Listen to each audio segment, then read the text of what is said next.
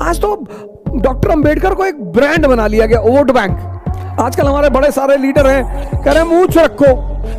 ये तो अंबेडकर ने नहीं कहा। अंबेडकर का चेहरा देखो भगवान की तरह क्लीन शेव्ड। और कबीर का वो नारे, उस नारे में बड़ा विश्वास रखते थे, जो जाति पात पूछे नहीं कोई और हरि का भजे सो हरि का होई।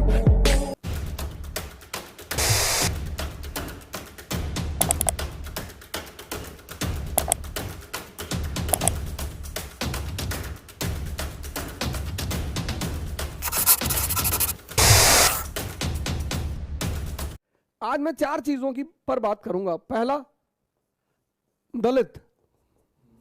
दूसरा, डिग्निटी। तीसरा, धम्मा। और चौथा, डेमोक्रेसी।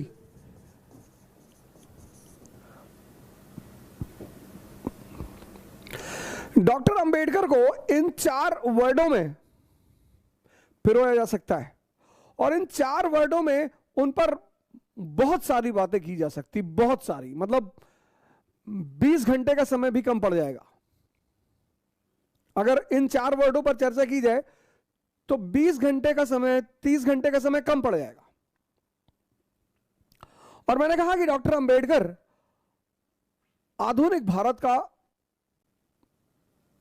जो मॉडर्न इंडिया है, उसका भविष्य है। 14 अप्रैल 1891 में रामजी सकपाल और भीमाबाई, श्री रामजी सकपाल और श्रीमती भीमाबाई,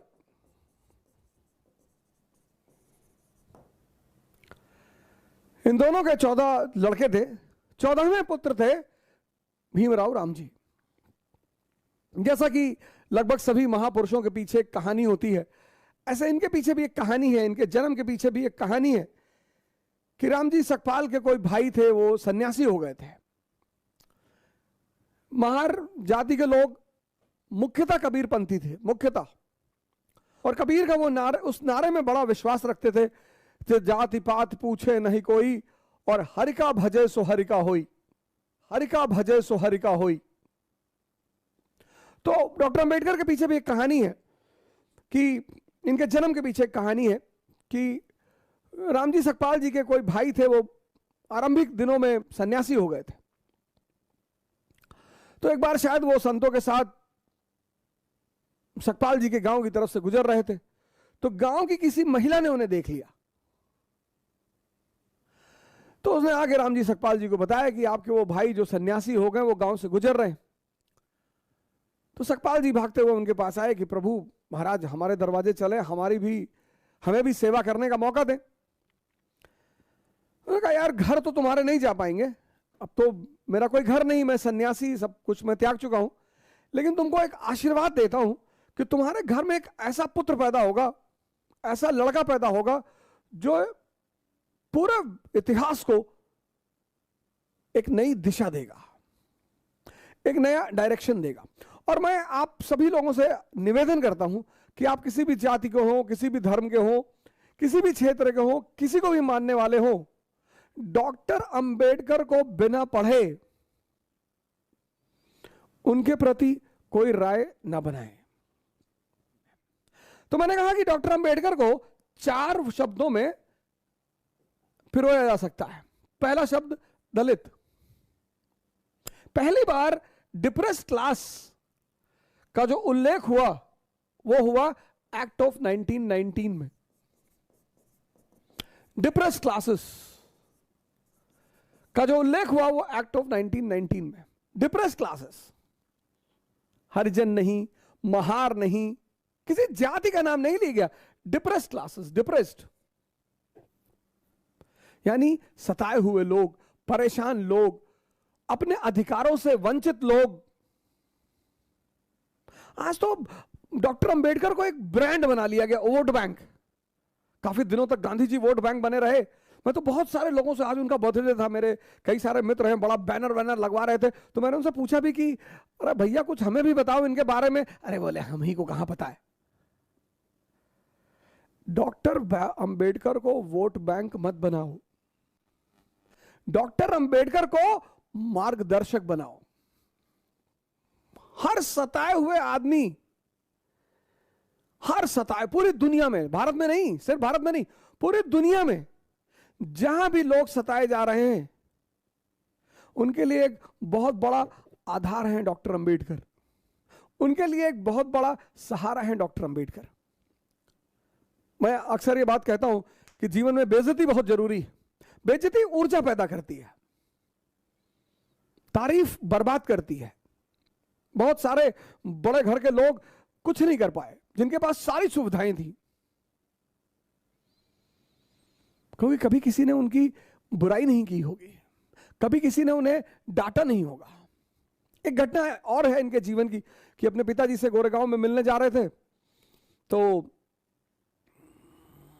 पगाली से आगे, पगाली रेलवे स्टेशन से इन्होंने ट्रेन पकड़ी, अगले रेलवे स्टेशन पर ये उतरे और इनके पिताजी को शायद इन लोगों ने लेटर लिखा, वो लेटर इनके पिताजी को मिला नहीं।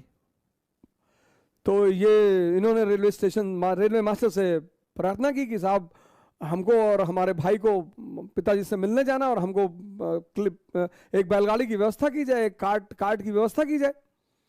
तो स्टेशन मास्टर ने व्यवस्था कर दी। अब वो जो कार्ट वाला था, बैलगाड़ी वाला, वो इन लोगों को लेकर चला। रास्ते में उसे पता चला कि ये दलित हैं, ये महार हैं, अनटचेबल हैं। उसने दोनों लोगों को उठाकर बाहर फेंक दिया, और जो भी फेंका गया, जो भी समाज में बाहर फेंका गया, चाणक्य, गांधी, अंबेडकर,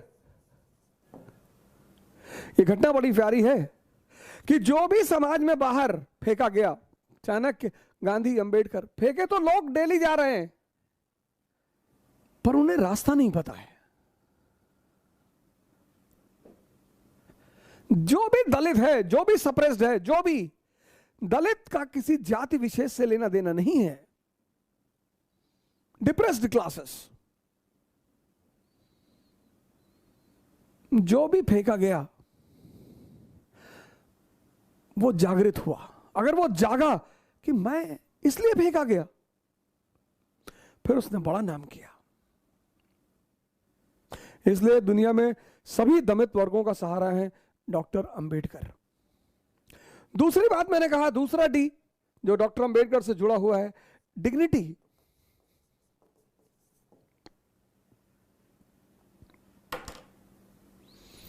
हर व्यक्ति, जैसे मैं बहुत लोगों को मना करता हूं, भैया सेल्फी मत लिया करो, भैया सबका पैर मत छुआ करो। पैर छूना बहुत अच्छी बात है, पर जिसने आपके जीवन में परिवर्तन किया हो, आपका कोई मूल्य नहीं है। इंसान होना अपने आप में एक बहुत बड़ी बात है, जीव होना नहीं, इंसान। अपने घरों में सुना होगा, बड़े भाग्य मानुष तन पावा। वो इसीलिए कि मानव को ही यह सुविधा है कि वो मानव शरीर में रहते हुए भगवान बन जाए। डिग्निटी। हर व्यक्ति को अपने जीवन में अपनी डिग्निटी का ख्याल रखना चाहिए, क्योंकि आप कहते, आपको मोटिवेशन की जरूरत क्यों पड़ती? आपके अंदर ऊर्जा ही नहीं। ऊर्जा क्यों नहीं है? क्योंकि आप अपनी डिग्निटी की चिंता ही नहीं करते। आप मानते ही नहीं कि आप कोई हैं। आप विधायक देखा, आपने पैर पकड़ लिया, आपने सांसद देखा, आपने पैर पकड़ लिया। ये सब सेवक हैं आपके, इनको आपका पैर छूना चाहिए। We the people of India solemnly resolve. तुम पूछते हो ना ऊर्जा कहां से आती है? ऊर्जा डिग्निटी से आती है। जब तुम अपने आप को कुछ समझते हो, इसका मतलब यह नहीं कि तुम तिरछे हो जाओ, ऐसे हो जाओ, अहंकार में आ जाओ। ना ना, तुम इंसान हो। यह मानव की सबसे बड़ी कृति है, और इंसान भगवान बनने की क्षमता लेकर पैदा हुआ है। ये कम है। तीसरा डी जो डॉक्टर अंबेडकर से जुड़ा हुआ है वो है धम्म। बुद्ध से बहुत प्रभावित है, बहुत। और एक बात बुद्धा एंड इस गॉस्पेल में लिखते हैं कि बस एक बात मुझे बुद्ध की बहुत पसंद है कि बुद्ध मानव गरिमा को सर्वोच्च स्थान देते हैं कि तुमसे बड़ा कोई नहीं। हिंदू धर्म में भगवान, इस्लाम में अल्लाह, क्रिश्चियनिटी में गॉड। तो अब अगर तुम हिंदू धर्म से छोड़कर, हिंदू रिलीजन को तुमने छोड़ा और तुम इस्लाम में आ गए, या इस्लाम को तुमने छोड़ा और तुमने क्रिश्चियनिटी अपना ली, तो यहां भगवान, अब तुमने भगवान को छोड़ा तो तुम अल्लाह की शरण में आ गए, अब तुम अल्लाह को छोड़ोगे तो तुम गॉड की शरण में आ जाओगे। लेकिन बुद्ध इन सब से अलग है, सबसे। बुद्ध इन सब से अलग है। वो कहते हैं किसी की शरण में जाने की कोई जरूरत नहीं है। आत्मदीपो भव, कहते हैं किसी की शरण में जाने की कोई जरूरत नहीं है। यह बात डॉक्टर अंबेडकर ने अपनी किताब में व्यक्त किया कि मुझे बुद्ध पसंद क्यों है, मैं क्यों बुद्ध धर्म की तरफ जा रहा हूं। 14 अक्टूबर 1956, बुद्ध धर्म तो भारत में खत्म हो चुका था। तो डॉक्टर अंबेडकर ने, अब बुद्ध धर्म के 3 सेक्ट हैं प्रमुख, हीनयान, महायान, वज्रयान। डॉक्टर अंबेडकर ने कहा नवयान, यही भारतीयता के लक्ष्य को मजबूत करेगा। नवयान, हीनयान, महायान, बुद्धयान। समय के साथ परिस्थितियां बदलती हैं। हीनयान 2 चीजों का सम्मिश्रण है, एक मुक्ति का, लिबरेशन का, और दूसरा इगैलिटेरियनिज्म का। नवयान, क्या कॉन्सेप्ट दिया डॉक्टर अंबेडकर ने। नवयान, बुद्ध का एक नया रूप। नवयान, इस नवयान में बैठकर हर भारतीय एनलाइटेंड हो सकता है, जागृत हो सकता है, उसे किसी की कोई जरूरत नहीं। नवयान, उसे किसी की कोई जरूरत नहीं। और इस नवयान में सम्मिलित प्रति व्यक्ति भारतीय होगा। ना वो हिंदू होगा, ना वो मुसलमान होगा, ना वो शूद्र होगा, ना वो ब्राह्मण होगा, ना वो क्षत्रिय होगा। और यही भारत का भविष्य है। क्या विचारधारा रही होगी उस व्यक्ति की। यही भारत का भविष्य है।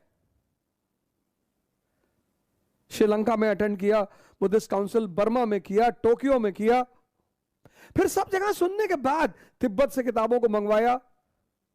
तब उन्होंने एक नए कॉन्सेप्ट को पैदा किया, नवयान।